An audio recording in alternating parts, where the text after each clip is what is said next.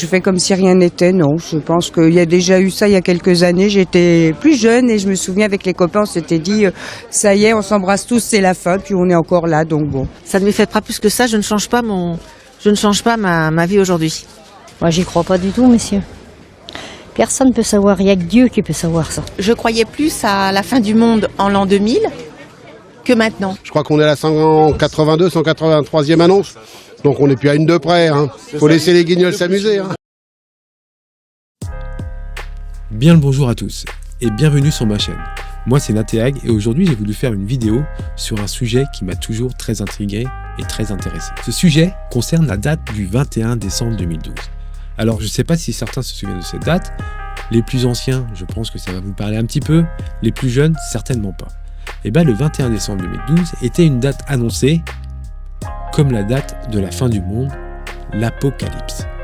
Alors, spoiler il s'est rien passé du tout. Mais pourquoi certaines personnes ont cru ça? D'où ça vient? Tout a commencé avec le calendrier Maya, car le calendrier Maya se termine le 21 décembre 2012. Et donc, certains auteurs et historiens ont interprété ça comme l'annonce de la fin du monde par les Mayas. Mais le problème, c'est que les Mayas n'ont jamais annoncé ça. Les Mayas n'ont jamais mis aucune inscription disant que la fin du monde serait le 21 2012 et que donc c'est une pure interprétation des historiens et des auteurs. Et à côté de ça, certaines personnes, des historiens, des chercheurs et des scientifiques de renom, ont clairement expliqué comment fonctionnait le calendrier Maya et pourquoi la fin du calendrier Maya le 21 décembre 2012 n'annonçait pas la fin du monde ou une apocalypse, mais annonçait juste la fin d'un cycle, leur cycle à eux. Car les Mayas, dans leur calendrier, ont un compte de jours longs. Ça veut dire que les jours sont plus longs que chez nous. Et donc, leur calendrier est en décalage avec le nôtre.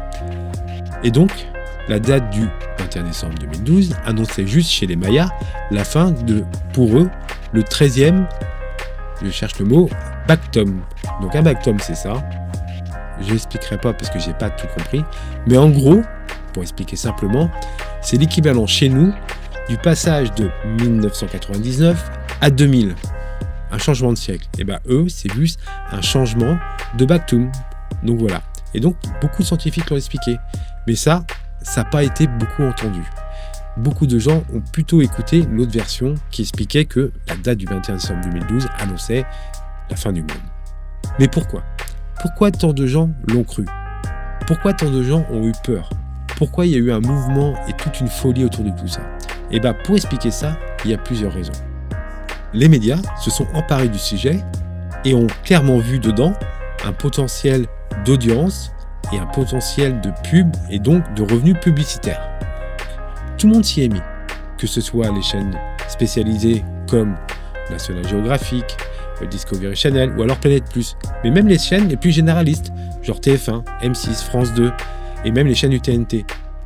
Et là du coup, en allumant sa télé, on pouvait voir des documentaires, des reportages et même dans le journal télé, il y avait des pseudo-experts qui venaient débattre du sujet. On pouvait voir des reportages sur le sujet en lui-même, avec des images très anxiogènes, une musique très angoissante pour donner vraiment peur aux gens. Et puis il y avait aussi des reportages sur des survivalistes qui expliquaient que ça allait arriver. C'est ma base autonome durable, ou BAD. Il s'agit d'un endroit où on peut être capable de survivre, mais surtout d'être autonome, autosuffisant dans la durée. Alors, parti pour le kit, en fait on va finir par les outils. Donc moi, mes outils, je les ai en fait dans un sac. Oh non, en fait. Pas forcément synonyme aussi de fin de l'humanité, parce qu'entre-temps, on peut aussi essaimer notre civilisation ailleurs dans la galaxie, et quand la Terre aura disparu... Mais dire qu'on aura peut-être pris voilà. une soucoupe volante pour le coup, voilà, on sera peut-être allé ailleurs. Ce sera un nouveau cycle. Il y a un astronome qui disait, la Terre est le berceau de l'humanité, on ne peut pas rester éternellement dans un berceau. Oui. Bienvenue dans le magazine de la fin du monde. Le compte à rebours a commencé.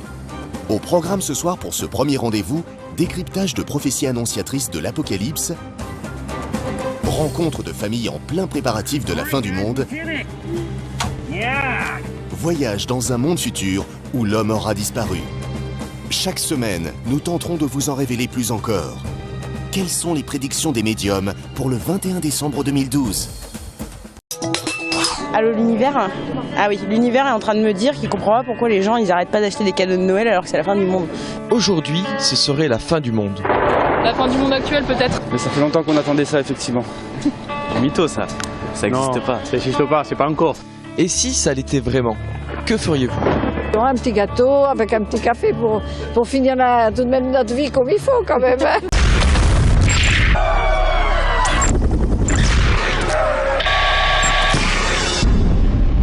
The apocalypse in 2012. We're well for disaster, but which one? You must deal with any eventuality and stay out of trouble. In such a situation, there is only things to do. Follow the 3 rules. Et donc, certains ont senti le bon filon. Et donc, en 2009, est sorti au cinéma 2012, un film de Robert M. Mitch qui, du coup, raconte et montre l'histoire de l'apocalypse le 21 décembre 2012. C'est un film qui a cartonné.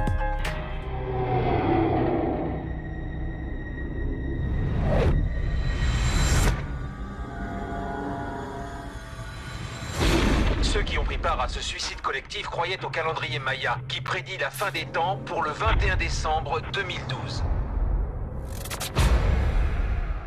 Le monde, tel que nous le connaissons, va bientôt disparaître. Ça commence. Les Mayas l'annonçaient. La Bible. C'est la fin du monde, les amis.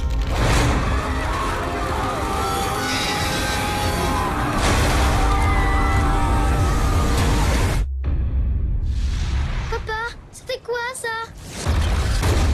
Regarde pas derrière, regarde-moi, j'ai l'air d'avoir peur. On est à l'abri nulle part. Le monde entier est concerné.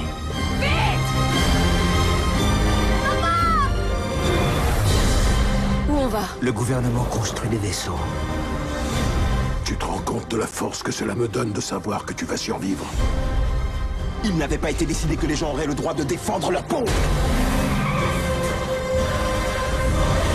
Il nous reste à peine 15 minutes. On va mourir? Non, mais non. On ne doit jamais arrêter de se battre pour les autres. Parce que c'est là qu'on perd son humanité. Tiens bon, ma puce! Tiens bon!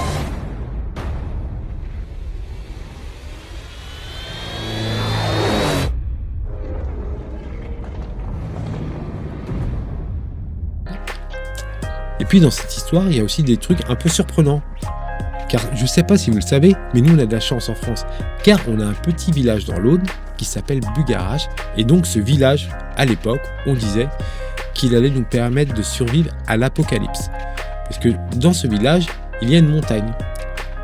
Et dans cette montagne, il y a un vortex énergétique qui nous permet de nous protéger en cas d'apocalypse. Et de plus, on raconte que dans cette montagne, il y aurait une base extraterrestre. Alors, on va être sauvé. Si on va à Bugarach pour le 21 décembre 2012, c'est sûr, on va survivre. Enfin, c'est ce qui était dit. Et donc ça a entraîné beaucoup de gens dans ce petit village. Parce que c'est un petit village. Et d'un seul coup, des centaines, des milliers de personnes sont arrivées. Des curieux, des survivalistes, des sectes un peu bizarres. Et puis même les journalistes. Ils sont arrivés sur place pour faire des reportages, pour interviewer un peu les gens, sentir comment ça se passait. Et puis faire du sensationnel et pouvoir vendre du temps d'écran et du temps de pub. Et donc tout ça a fait que le maire il a un peu paniqué. Il a été obligé de demander à la préfecture de sécuriser la zone. Et donc du coup la préfecture a envoyé la police et la gendarmerie sur place pour sécuriser la zone, pour être sûr que tout se passe bien. Ça paraît fou qu'on entend ça, mais ça s'est vraiment passé.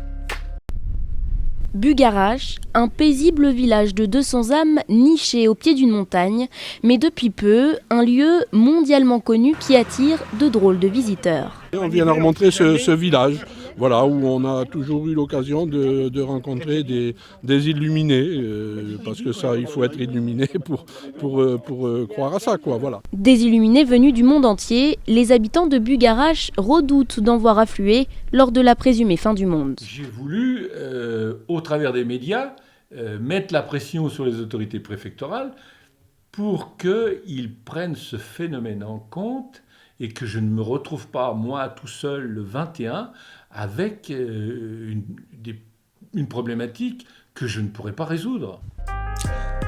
Et comme je vous le disais, Bucarache a attiré beaucoup de gens. A attiré des curieux, des survivalistes, et surtout des personnes qui y voyaient un intérêt, qui y voyaient un but. Et c'est là qu'est apparue une personne que vous connaissez sûrement, en tout cas vous avez au moins vu une fois son visage, car c'est devenu un mème très courant sur internet et sur YouTube, c'est Sylvain Durif, dit le grand monarque interstellaire de je sais plus quoi.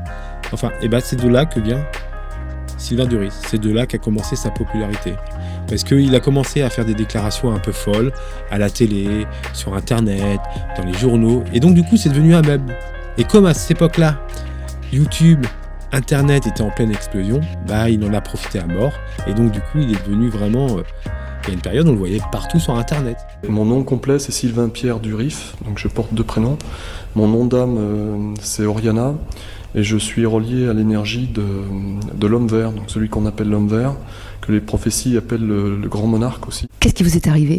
À l'âge de 5 ans, en fait, j'ai vu sur mon lit danser des serpents et des singes. Donc j'ai été abducté en fait par un des vaisseaux de la Vierge Marie, donc quand j'étais tout petit. Et à partir de là, j'ai eu des expériences paranormales du type où je rêvais des informations à l'avance qui allaient se produire soit le lendemain, soit des années plus tard. Et donc je m'appelle Sylvain Durif, et mon nom au plan cosmique c'est Oriana. Donc j'incarne en fait l'énergie de l'homme vert du grand monarque qui est annoncé par les prophéties de Nostradamus. Donc c'est l'énergie du Christ cosmique. Celui qu'on connaît aussi sous le nom de Merlin l'Enchanteur. Donc tout ça c'est une seule et même énergie, hein. Sylvanus, l'homme vert, Merlin l'Enchanteur, le Christ cosmique, c'est un seul et même personnage, donc c'est moi. Et j'arrive en cette fin de calendrier Maya pour annoncer la vérité suivante. On est sur le chemin de la paix et de l'harmonie sur Terre et dans le cosmos, en harmonie.